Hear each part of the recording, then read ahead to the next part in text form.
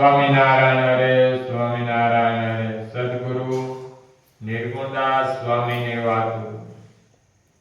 કોઈ એક સમયે ગરડામાં મહારાજ બિરાજમાન હતા. સોમલા ખાચર, અલૈયા ખાચર, સુરા ખાચર વગેરે હરિભક્ત પોતાની પાસે બેઠા હતા. ત્યાં મામાએ પ્રસંગ નીકળ્યો કે વાહન ક્યું સારું. સવે પોતપોતાની રુચિ પ્રમાણે રથ, પાલખી, મ્યાના, હાથી વગેરે કહ્યા. પછી એક કાઠી બોલ્યા, આજે જેવો રોજો ઘોડો છે તેવું તો પૃથ્વી પર વાહન જ નથી. પછી મહારાજે કહ્યું કે ચાલો આપણે ઘેરે નાવા જઈએ. એમ કહીને રોજો ઘોડો મંગાવ્યો. સોનેરી સાજ માંડી અને ઘોડો લાવ્યા. મહારાજ તેના પર સવાર થયા. સર્વે સંગ સહિત નાવા પધાર્યા. નાય પછી જીવા કાચાના દરબારમાં પધાર્યા. ત્યાં ઘોડેથી ઉતરીને ઘોડાની લગામ પ્રાગી દવેના હાથમાં આપી અને શ્રી કૃષ્ણાર્પણ મહારાજ બોલ્યા. કાઠી કે મહારાજ આ બ્રાહ્મણ બાંધશે ક્યાં અને ખવડાવશે હું? મહારાજ બોલ્યા એને ભાવે એમ કરે. આપણે સારા પદાર્થ ના જોઈએ. સારા એટલા બંધનકારી. એમ પોતે તો નિર્બંધ છે પણ પોતાના ભક્તને શિક્ષા માટે છે એમ જાણો. કોઈ સમયમાં મહારાજ સર્વ સાધુતા કાઠીના સવારો સહિત ગામ જે રીતે બધાયા. મહારાજે હરિજનોને કહ્યું, તમારે અમારા સન્મુખ સામયું લાવવું નહીં. તો પણ હરિભક્ત સામયું લાવ્યા. તે જોઈને મહારાજ બોલ્યા, અમારે આ બાજુ નાવા જવું છે. એમ કહીને મૂડી બ્રહ્મચારી લઈને ગામ ગવાડે પધાર્યા. અને સાધુ હરિજન સર્વે વાટ જોઈને થાક્યા.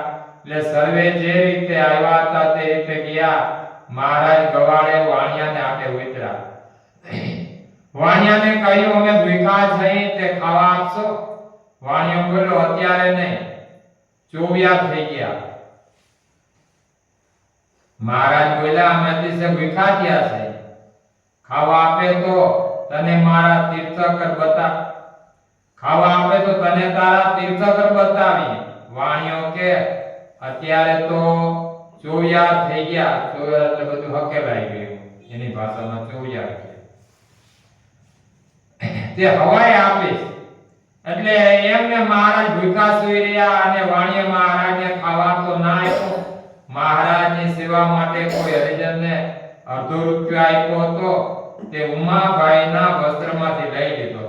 પછી મહારાજ અને ઉમાભાઈ સવારે ઉઠી જે રીતે પધાર્યા તે લીલાના કીર્તન બ્રહ્માનંદ સ્વામીએ કર્યા છે કે નવલ પ્રીતમ ગતિ કો લખે તે રિયા.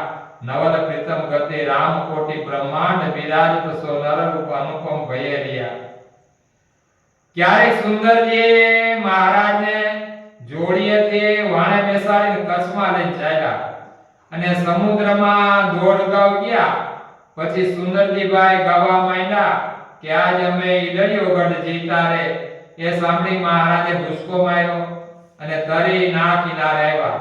એટલે રવજીભાઈ પણ પાછા આ કાંઠે આવ્યા. પછી સુંદરજીભાઈ પડવા તૈયાર થયા ત્યારે મહારાજ કે તમે પડશો નહીં.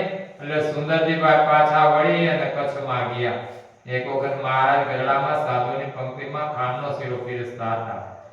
વારંવાર પંક્તિમાં ફેરા કરતા હતા. પછી બ્રહ્માનંદ સ્વામી કે તમે જેટલો શીરો જમો તેટલો અમે જમીએ એમ કહીને એક તાહણી શીરો મહારાજને આપ્યો અને એક તાહણી કરવી કપિલેશ્વરાનંદ સ્વામીને આપ્યો. તે વીરભદ્ર તો જમી ગયા અને બોલ્યા કે લાવો બીજી તાસડી શીરો મને આપો અને મહારાજને પણ તાસડી ભરીને આપો. એટલે મહારાજે બોલ્યા અમારાથી તો હવે નહીં જમાય. એટલે બ્રહ્માનંદ સ્વામીએ કહ્યું શાબાશ વીરભદ્ર, તે તો ભગવાનને પણ જીતા. અને ગ્રામ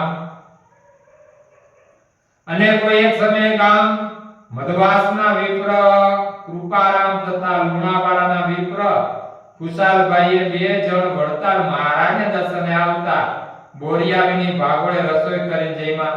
ત્યાંના તળાવમાં વાસણ ધોતા કૃપારામને થાળી ખવાઈ ગઈ. પછી તો તે વડતાલ ગયા અને મહારાજના દર્શન કર્યા. મહારાજ વિકૃપ ધરી એની થાળી એની માને દેવા ગયા અને બોલ્યા કે તમારા દીકરાએ થાળી મોકલી છે તે લ્યો. શ્રીવતમ શ્રીધરમ સર્વદેવીશ્વરમ ભક્તિધર્માત્મ માધવમ કેશવમ કામદાય કારણમ સ્વામિનારાયણ નીલકંઠે સ્વાજાત સ્વામી મહારાજ